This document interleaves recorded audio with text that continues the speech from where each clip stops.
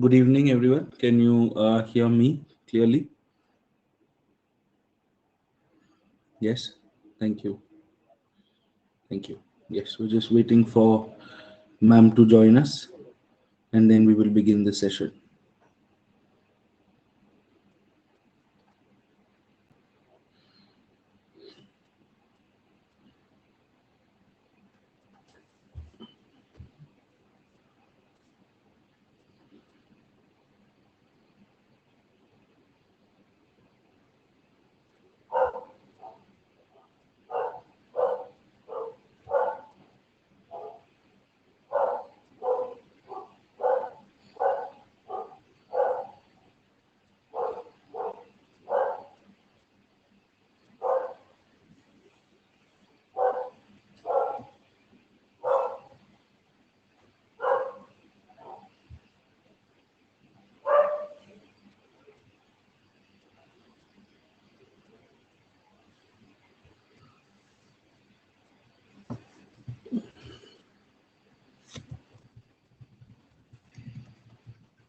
Hi, can you see me?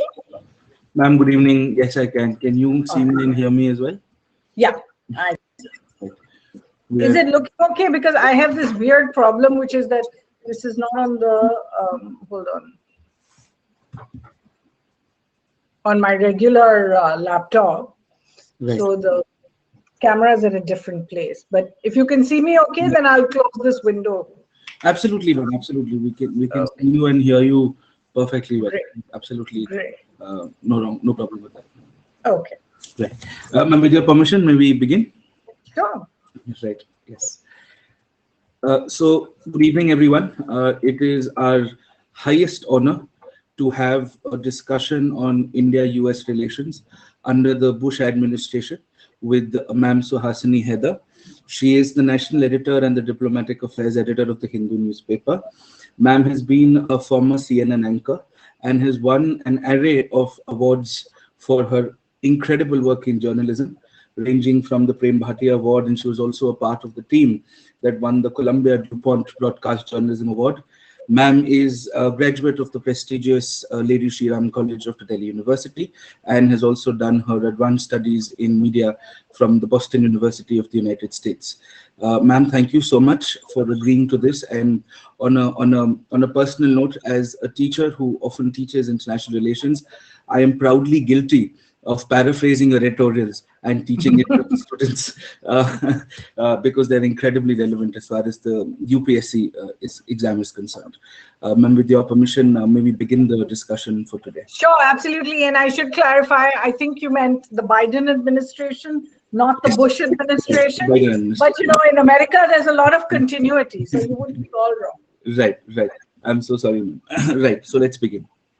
When we've divided our discussion into a set number of themes, we'll first look at an overview of what to look forward to, what are our problem areas as far as Indo-US relations are concerned. Then we'll get into more specific domains such as the Quad, such as the China factor, and so on and so forth. And of course, the fairly controversial but fairly relevant issues of human rights that the US has been sort of pinpointing in the context of India. So the first theme that we're looking at is the potential and the pitfalls of Indo-US relations.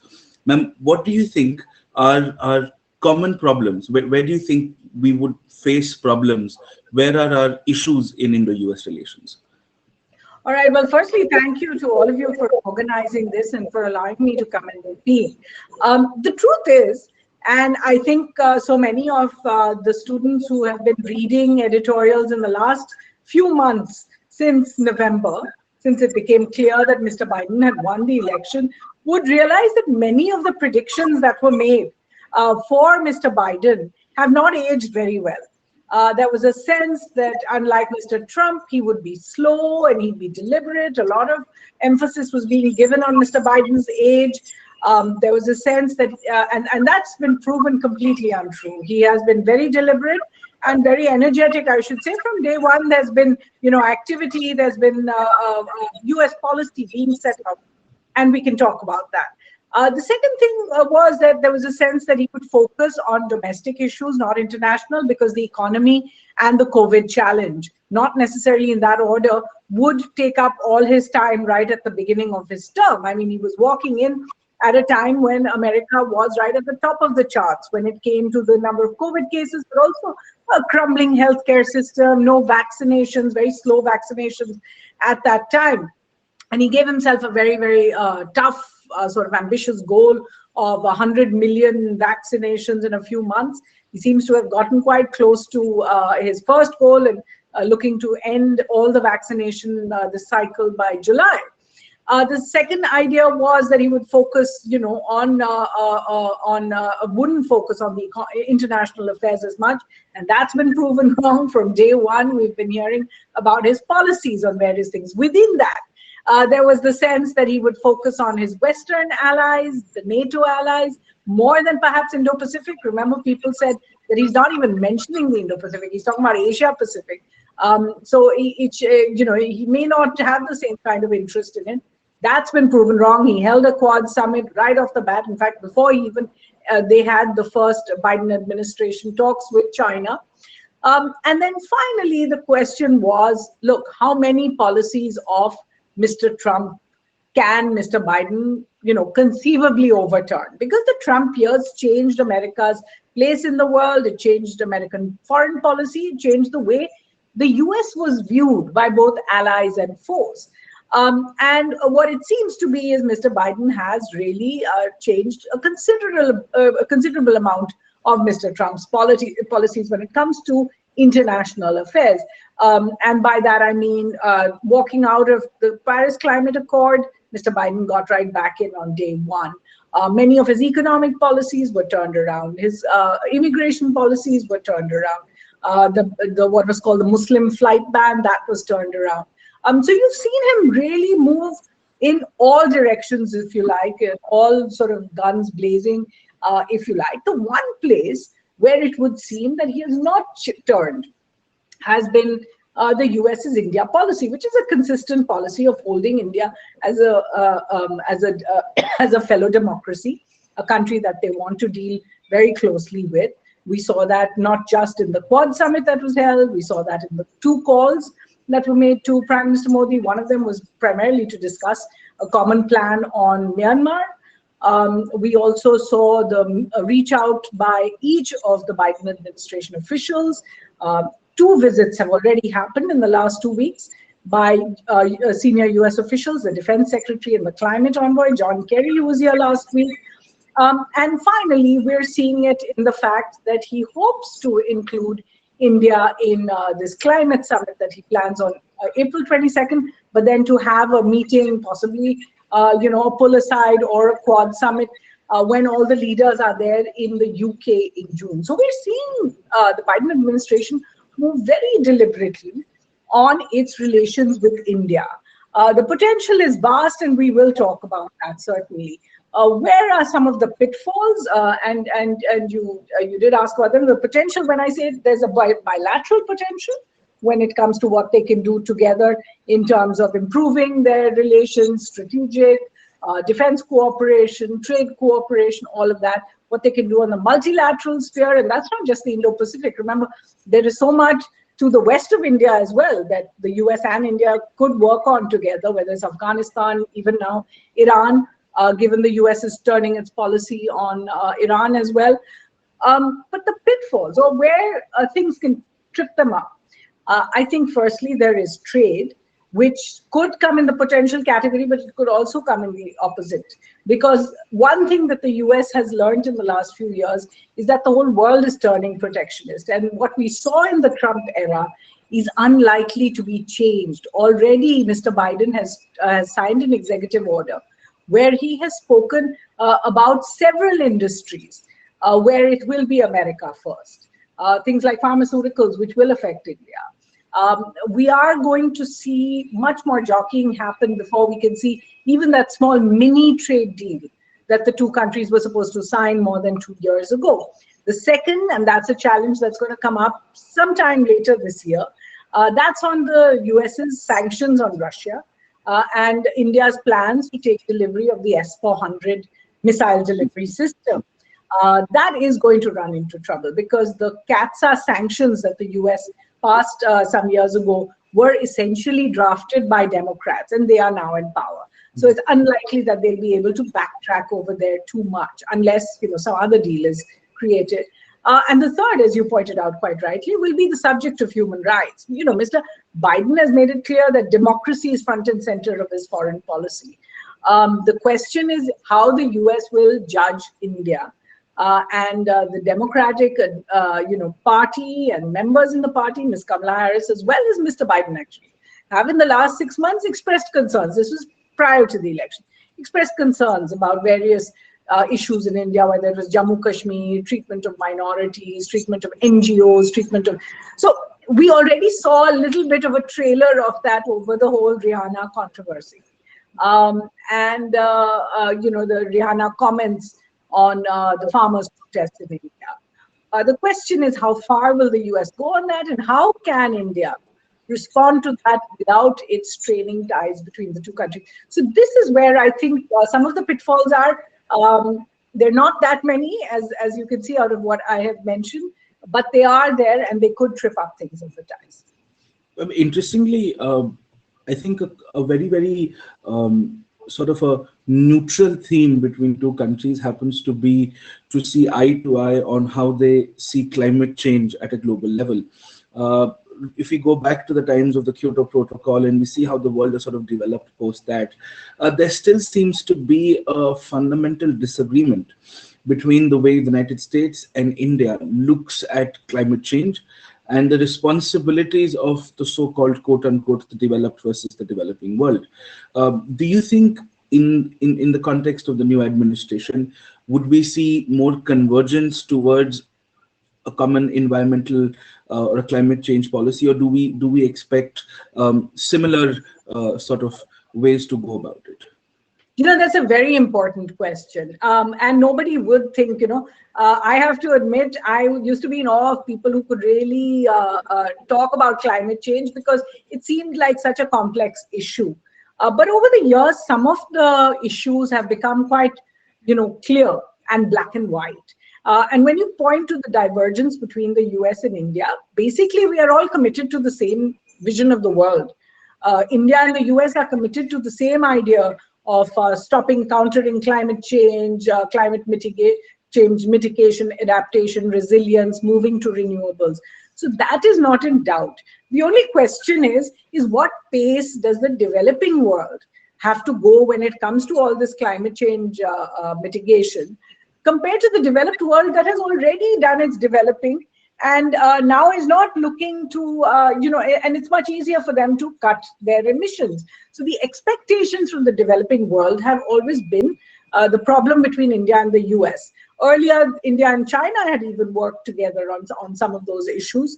The question now is, we have a United States which is not, say, the Trump administration. Now we're looking at the Biden administration.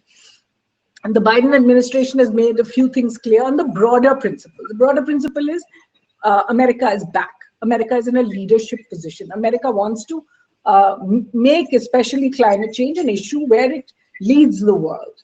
The second is that really Mr. Biden really wants to make the point that India should align with the US, not with China, when it comes to climate change. Remember, the three big emitters in the world are China, the US, and India in that order. Sorry, is there a beeping that you can hear? Is there? No, ma'am. I don't think so. Some kind of feedback. Okay, hold on.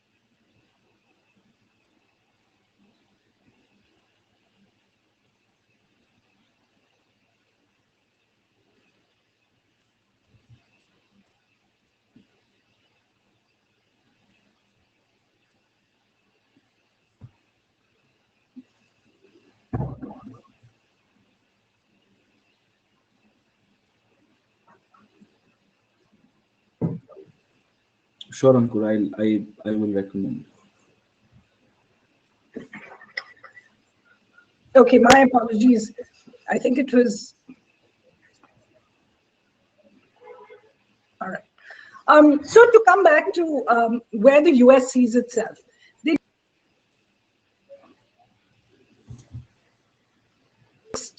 climate change initiative, even held in the UK this year. So where is it that they want India to do more? One is what is called net zero emission targets. So the idea that India should, excuse me, commit to 2050 deadlines or even earlier than that. They want India to be able to say we will have net zero emissions by 20.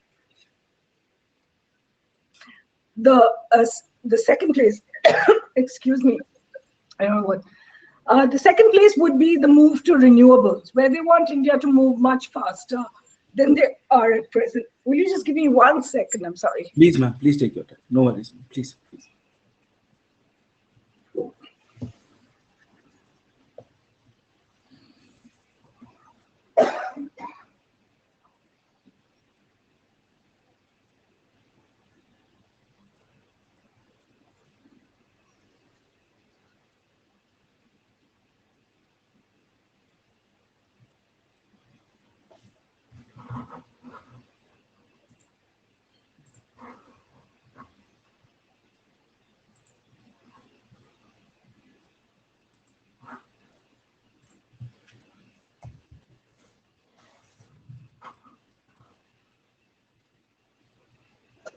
I'm sorry, I've just been on a number of talks. Mm-hmm. I think today this was my third, so you can hear me, right? Yes, ma'am. That's completely okay, ma'am. I hope you're feeling okay. I hope you're okay. So don't worry about it. The US is keen on is renewables, and here India has a fairly ambitious target, 150 gigawatts by 2030. That's not going to stop the US from asking for more. India to say shut down all our thermal power plants. That they will do that by I think 2050. Other countries committed to this one being phased out by 20, but India has not yet got. I think one place that I want to see 50. Mr. Kerry, when he came to India, said, "This is the decisive decade. This is where you have to do everything." India need to grow. We need to grow at a rapid pace, at least double growth. Secondly, we've all been hit by the COVID pandemic. These are all issues for India to essentially explain that the developing world does need more from the developed world. One, they need to in terms of transferring money to a green climate fund. The $100 billion that the developing world is, a developed world is supposed to give the developing world. The second, what they see is essentially for US show what is called climate justice. You know, don't measure everyone by the same barometer. To do what the developed world has already done. So we're seeing over there some divergences between the two, but as I said, basically on the larger of where the US and India want to be by 2050, they're on the same page. Right. Ma'am, with that, I think we could now move to the next theme and sort of discuss on that level. We're going to now look at how Biden had made it a very strong policy objective to, you know, get Quad up and running. It's very interesting to discuss Quad in the context of maritime security, because in the last days or so, we've had a US, naval vessel entering India's exclusive economic zone, and the law of it is actually fairly funny because The US and India, they're clearly differentiated because India has ratified the UN Convention on Laws of the Sea, while US has not. But both of them do realize that there are certain territorial sentiments that have to be respected. The issue wasn't that the US entered the exclusive economic zone. They were exercising something called the freedom of navigation. The problem was they did not inform Indian authorities. Now that the idea of informing Indian authorities is also India's version of something more than what the UN CLOS says. So this is often looked at as US's response to China, and it is often understood as US's response to India. Now that in the context of Quad, now my first question to you, and a very simple one, is what will Quad do that other multilateral groupings haven't been able to so far? What is so special about Quad? Okay, but Atish, since you did the US Navy, would you like me to start that? Yes, ma'am. Sure, ma'am. Sure, because direct comparisons have been made. That on one hand, essentially, you're absolutely right. What US Navy, but what they did. Let's be very clear. The US has been carrying out these freedom of navigation operations, FONOPs, in maritime sphere since 1990. This is a man had, and since at least, we have seen practically on an annual basis US naval ships coming through some part of Indian waters. There are in fact 19 jurisdictions, 19 countries where they say there are 20 extraneous maritime that they want to chat. They want to say we send our ships out, kind of like, the Ashwamedh Yagya, if you like, is just sent out.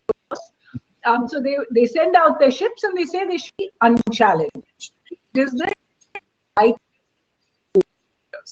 Now, where, and you were right, that India's own jurisdiction and its jurisdiction a little different, where you can say that difference of opinion is where is that bound?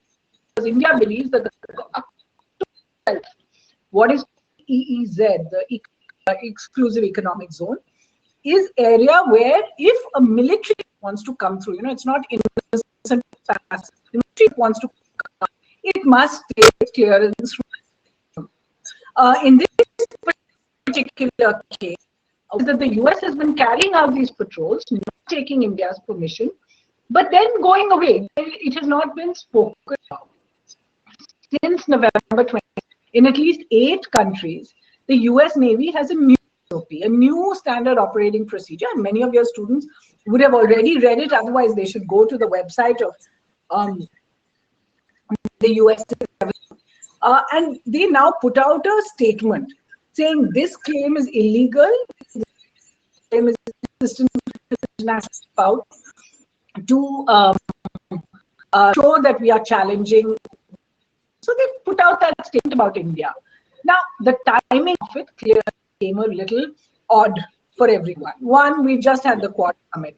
So if you say at the Quad that we are going to cooperate on FONOPs, on keeping a free and open Indo-Pacific, and then we're going to turn around and they're going to challenge each other, then how does that make sense? The second is just in the last 2 weeks, as I said, 2 senior US coming to Delhi.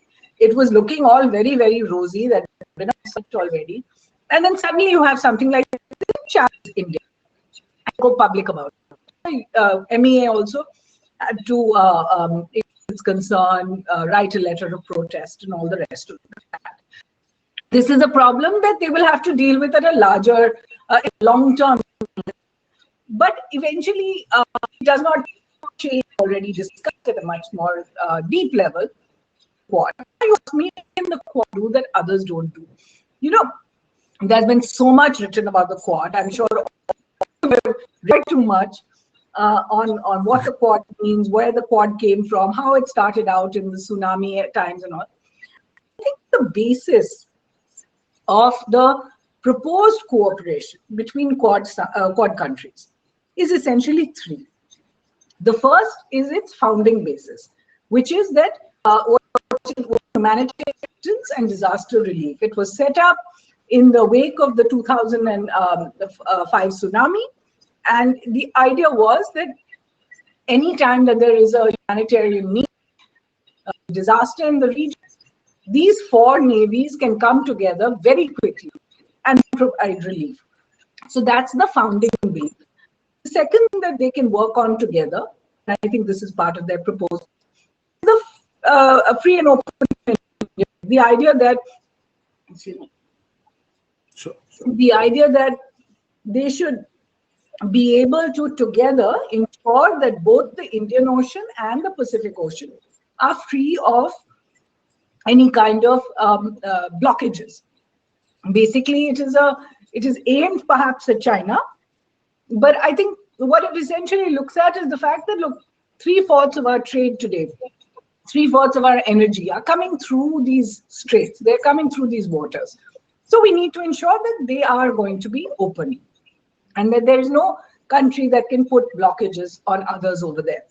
And the third is essentially what has not found as much traction, if you like, between them, is the idea, excuse me, that the four countries would work together to provide alternative financing to countries in the Indo-Pacific so that they are able to stave off, if you like, the challenge from debt trapping.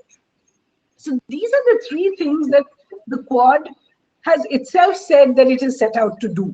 Now, within that, there are other things. You will have seen that the latest Quad Summit speaks about 3 Cs. The COVID challenge, where they want to provide vaccines. The climate change challenge, where they're setting up a special group to look at how they can work together. And the critical,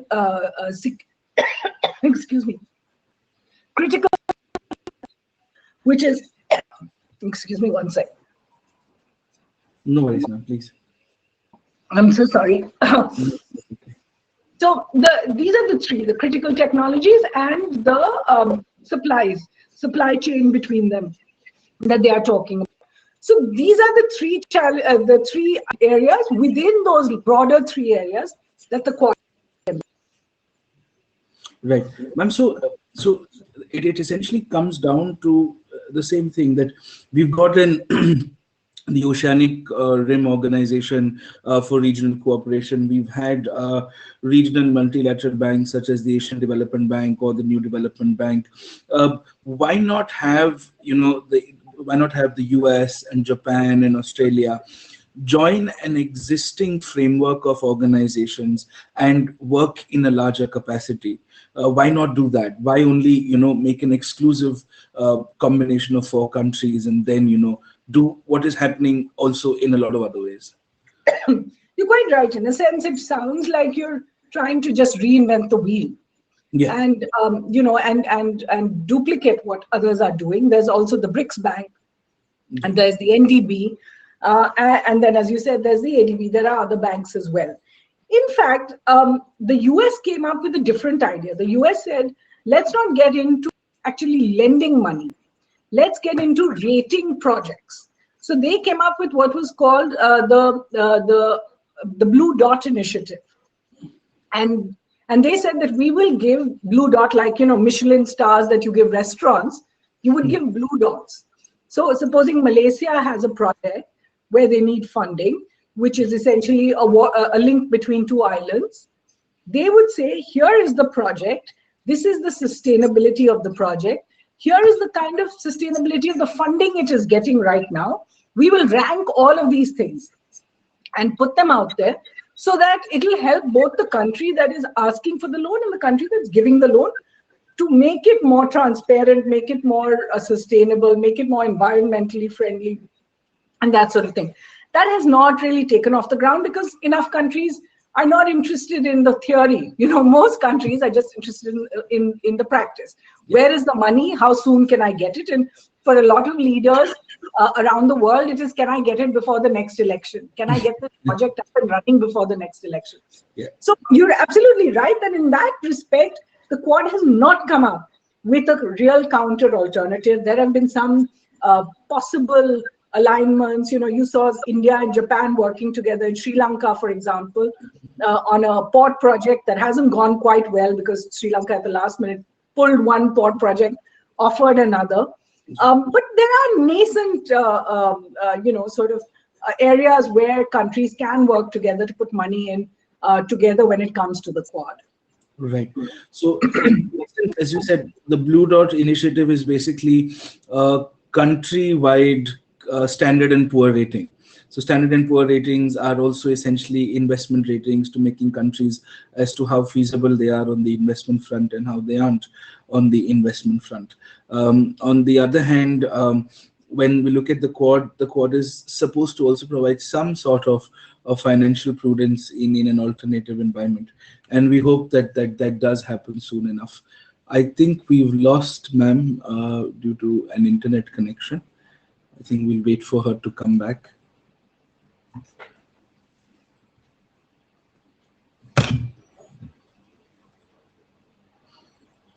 Yes, Abhishek, I'm just... So far, we haven't seen it. And, India has been very particular, and I know you want to discuss this later.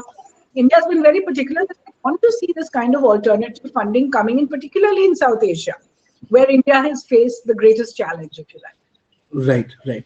Actually, we lost you for about 30 seconds because there was, I think, a little bit of an internet fluctuation. So okay. I'm so sorry. If you could just summarize what you just said in the last 1 minute, so that we could then, the students can also take notes of what you're saying. Sure. Basically, what I was saying is that we need to give the Biden administration time to really come up with what its version is going to be, because after all, the Blue Dot initiative was something that the Trump administration put out. Yes, and the Trump administration, quite honestly, was not interested in putting money in these initiatives. And they were looking to bring together other kind of sources of funding and to, in a sense, give people more clarity on a project rather than the actual money. So let's see how much Biden would like to put. We did see some, as I said, nascent projects between, say, India and Japan, where India and Japan got together for a port project in Sri Lanka. That didn't go as planned because in February, Sri Lanka actually pulled the project from them and offered them another one. So instead of the East Container Terminal port, they offered the West Container Terminal. And obviously, there's a whole discussion to be had about that particular episode. But it's not stopped the countries from trying. India, Japan, Australia is interested in seeing more and more of that kind of investment and alternative financing for the FIPIC Islands. That is the islands that surround Australia. Yes. In the Pacific as well. So over time, I think we'll have to see how the Biden administration wants to tackle this and how much the Quad will look at that. Because in the first instance, what we have seen is the Biden administration essentially interested in doing smaller projects. So a COVID vaccine, for example, it might seem very huge, but it's essentially a project, very focused project to produce 1 billion vaccines in a specific facility in India and then, distribute that in Southeast Asia. Right. But the very fact that, so I think we just have to wait and watch and see how Quad unfolds itself. For example, if you're looking at investment ratings, we've had the International Finance Corporation, which also does rate feasibility of projects in a country. We would probably see a more localized and a more accurate assessment of a nation's financial feasibility. We are starting out as a founding idea of humanitarian assistance with the navies cooperating of all the 4 nations. We could probably see the navies also being involved in the larger elements of cooperability in terms of maritime security, which I think is one of the most pressing concerns, especially in the region of Indian Ocean and around, because not only just because of piracy, but also because of other things as well. So yes, ma'am, we do look at, we'll have to just wait and watch, because it's a new initiative. We can be cynical about it, or we can be, hopeful about it. And I think the world, if there's anything that the world has taught us in the last 1 year, is that we should be better hopeful than cynical. And let's see how the Quad sort of turns out to be. Ma'am, my next theme of discussion with you would be, of course, it's the China factor. I mean, the less said, the better, the more said, the least. India's, of course, been at loggerheads with what's happening with China. India's, of course, faced territorial issues with China. We are also facing economic disagreements with China. India, US, and China have had their own issues to deal with, yet are very cooperative economic markets, contrary to popular belief in the world. Most people are of the opinion that US and China are not economically, on good ties with each other. That's actually not the case. In US and China have some of the most lucrative economic sharing, partnerships. So, but fundamentally speaking, what happens with us in India is that if, like, for example, in the case of Pakistan, if we are facing a territorial or a security concerns with Pakistan, we tend to block all doors. When it comes to US and China, they will have their views, they will have their standpoints on the Korea issue, on the Middle Eastern issue. They will have their standpoints, they will have their showdowns. But when it comes down to prosperity and economic viability, they will work, because you have to make them work. Both of them are leading economic giants of the world. So my first and the simplest question is, how India deals with China and how China deals with India. Does that affect India-US relations? Well, I mean, right now, this is it at the crux, if you like, of the future of Indian foreign policy. Because over the last year, we have certainly seen a shift, a huge shift in India-China relations. Up till, I think, June 2020, India and China were moving along with the assumption that ties may not be great, but they are getting better. Remember, year on year, we were seeing more and more India-China trade. We were seeing more Chinese investment in India. We were seeing the Prime Minister and the Chinese President meet again and again. They met, they say, 18 times in a period of 5 years.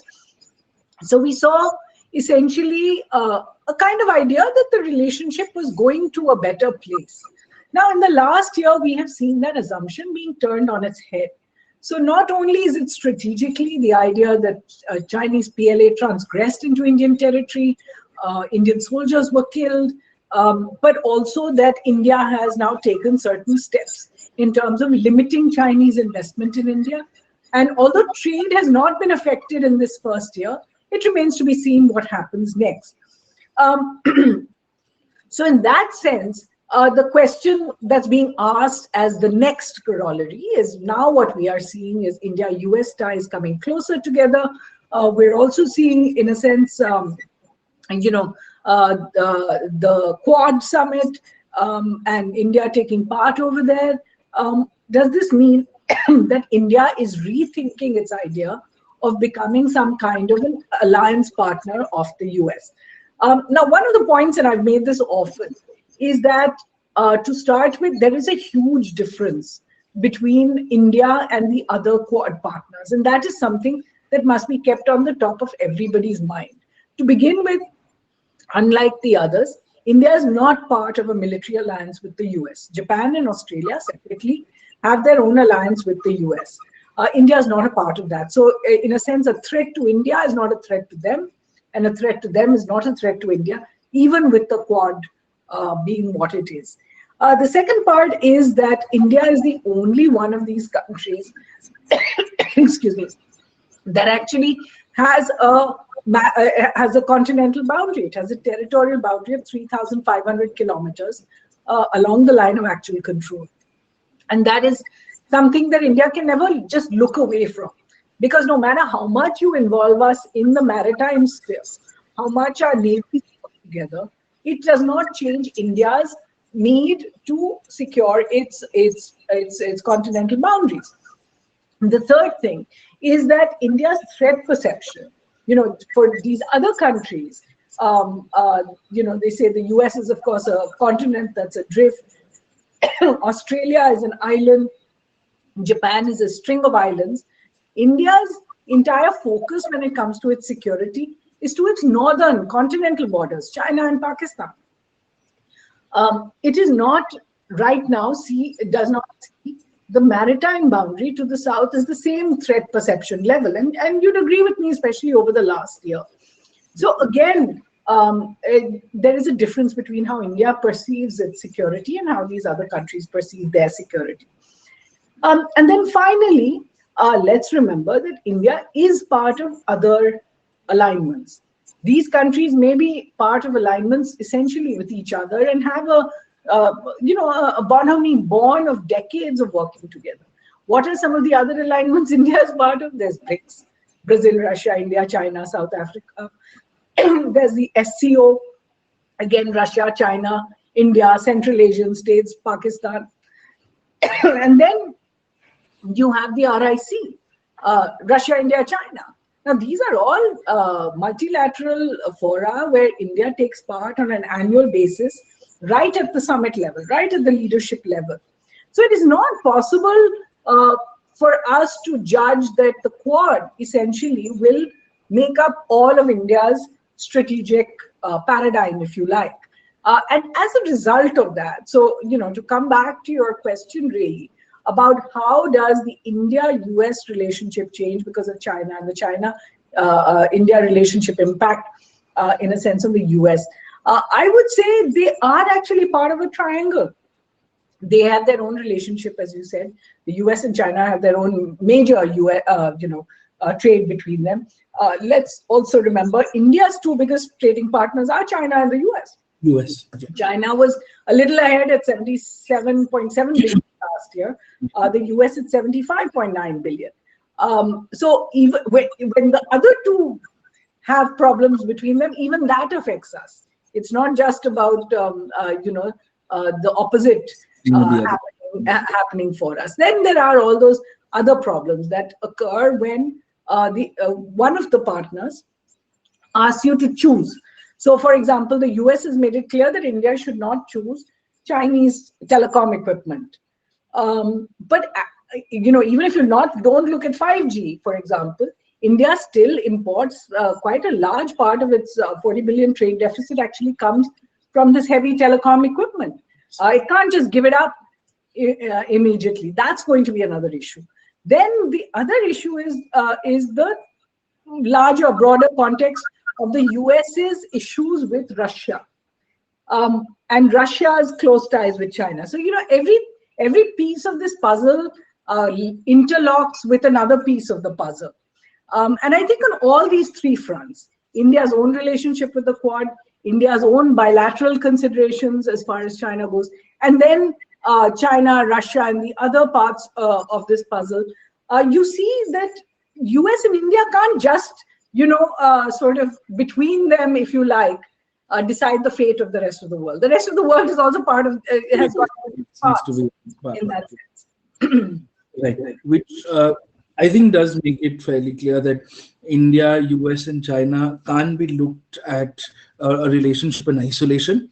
The three of them collectively or independently do not dictate the fate of the world, because the three of them are interconnected and interdependent to the rest of the world as well, whether it is Russia or the Middle East or Africa, or of course South America, which often does not get talked about enough as it should in foreign policy, because they are also doing significantly well in a lot of areas and are also lagging behind in a lot of other areas as well. But yes, South America is a very and the African region as well. The African region has tremendous economic and other potentials, but of course, due to regional instabilities and other law and order security issues, it does not sort of quite get the attention and the platform that it should. But yes, of course, the focal point remains that the three can't feel as if they are the only three that are important in the world, and of course they would have interconnected sort of relationships. Which brings me, ma'am, to the final theme of the discussion today, and a rather controversial one. And firstly, I must at the outset thank you on the behalf of the leadership of the country for writing in such an unbiased and in such an impartial manner. We always owe a lot of our opinions and a lot of our information to people like you who've always kept the flag of extraordinary journalism alive. With that in mind, when the US releases a report and says India should not compromise dissent, India should pay heed to violations of human rights, whether it is in the context of protests or in the context of university violences and things like those. Do you think India should take offense? That's the first question. Do you think India should take offense because a spade has been called a spade? I mean, that's what I like to begin with. Well, I mean, thank you for your kind words, because human rights is an issue that cuts at the core. It is a very basic, it cuts at the core of who we think we are. It doesn't matter which country you're in. You are going to believe that essentially you are trying to build a just society. I mean, it might surprise you, but even every dictatorship that we see, or if you look at the Chinese version of it, they call it the Chinese version of democracy. What do they essentially say? They're saying that we are trying to make the lives of our citizens better in whatever way we think is the right way. So in India, we believe in a democracy. Our constitution speaks of a secular, socialist, sovereign republic. In that sense, India too believes that they are, essentially providing human rights to their citizens. Should India take it amiss when other countries point out that there is a problem? The truth is that we can only take it amiss if we don't ourselves worry about human rights in other countries. So in other words, if we are going to bring in a law, which is like the Citizenship Amendment Act, that is premised on the idea that minorities are treated badly, minorities are not given a fair share, they are persecuted in our neighboring countries, Afghanistan, Pakistan, and Bangladesh, then we must accept that when there is a sense that minorities are being treated badly in India, there will be some kind of cause for concern outside. If we go to the United Nations, we go to the Financial Action Task Force and speak about Pakistan, and speak about what Pakistan is doing in terms of its multilateral commitments, it's breaking its commitments to the UN. We speak about Myanmar and its, the coup over there and what the security forces are doing. Then what one should be prepared that those questions will be asked of us. Are your human rights in order? Is your security forces, are they perpetrating some kind of a human rights violation as well?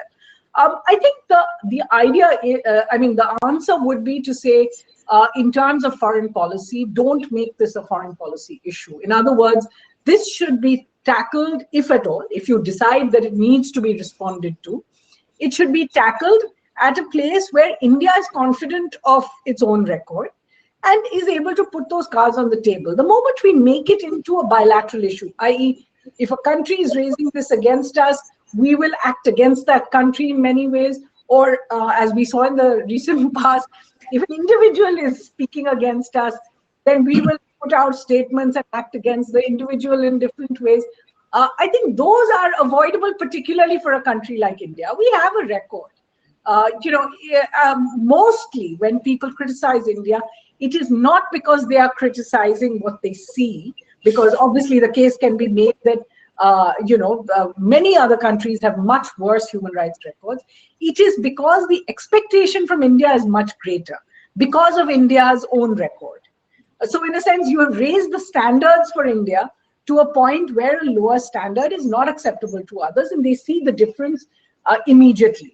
And I think eventually, bringing these issues into a bilateral will weaken both your stand as a country that provides human rights, but also it weakens your bilateral ties. I'll give you a small example, and it's not a popular example, and I have no desire to criticize the government. I'm just saying that this was one of the actions. So when, for example, our External Affairs Minister went to Washington and refused to attend a House Foreign Affairs Committee meeting because there was an individual there who was a congresswoman, happened to be of Indian origin, who had criticized India on Jammu and Kashmir, what it ended up doing was twofold. One, it strained the relationship, the bilateral relationship. Second, it made people ask, what is the question? What is it that you are worried about? Why are you being defensive on this issue? I don't think India needs to be defensive at all. In fact, India has, for a country which sort of set up its foreign policy principles, or originally or historically called the Nehruvian principles, as the champion of human rights, and we would not tolerate any human right violations, whether it's internally or we'll stand for them externally. I mean, back in the day, India vehemently and voraciously had raised issues of apartheid in South Africa, and India's been one of those. India comes from that reputation. But then when the Crimea Ukraine annexation happens, India said it's Russia's internal matter. Uh, the Parliament of India many years ago releases a resolution saying that human rights of Palestine must be secured. But when it comes to actual voting at a UN agency, the UN, India abstains from it, or India doesn't vote to sort of keep a check on Israel, largely because we've of course had an upcoming military arrangement with Israel. So the larger discussion is if foreign policy is all about national interest, and it's always about what is most convenient for you to do it, India shouldn't really take offense to things which are being questioned. If India can question others, as you said, others can question us. We would still continue to do what we have to do. I mean, the very fact that there was a point of time where the United States had parked the US submarine enterprise outside Bangladesh's borders, which was back in the day East Pakistan, and today we want to be one of the strongest allies of that country, which means bygones can be bygones in foreign policy. We must be able to move up and beyond.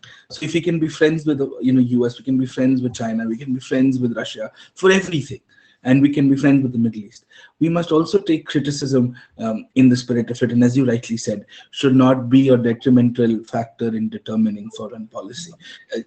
The final question on this is, agreed, India should not react to this and should not make it a foreign policy issue. But the very fact that there is a certain change in the way India's image is perceived internationally now. Of course, we're an economic force to reckon with. We have a very popular democracy. At least on the imagery front, our foreign policy seems to be working. More people are aware of more visits which are made by officials of all rank and order. But the question is, do these things, do these issues of human rights violations, and it's not just this, ma'am. We've seen India's ratings and corruption indices which have been downgraded. Press freedom indices are not very favorable for India. Of course, human rights is a larger question. Our malnutrition indices are also not something we should be proud of. Our global hunger indices are also not something which are right up in the sky, which essentially means there are core social humanitarian issues in the country. Do they really make a difference? Do they change the way India is perceived in the world? Look, at the end of the day, I honestly feel that every country has its own issues. I mean, you might have seen that exchange, which was quite lively for the rest of the world, between US and Chinese officials in Alaska earlier this month, last month. And what we saw them saying is, we saw the US come out and US officials say to China, we want to discuss issues that we have with the treatment of Uyghurs in Xinjiang, with democracy being stifled in Hong Kong. We want to talk about your relationship with Taiwan, what's happening in Tibet as well. And the Chinese response to that was, and then they said, and we want to talk about what you're doing with your neighbors. And the Chinese response to that was one, well, we have, questions about Black Lives Matter and how certain American communities are being treated. We also have issues about what the US does in various parts of the world, without naming it, essentially US, actions in Iraq and Libya, all the rest. And then went on to say, please don't speak for the rest of the world. Every country that you are talking about, we also have relations with.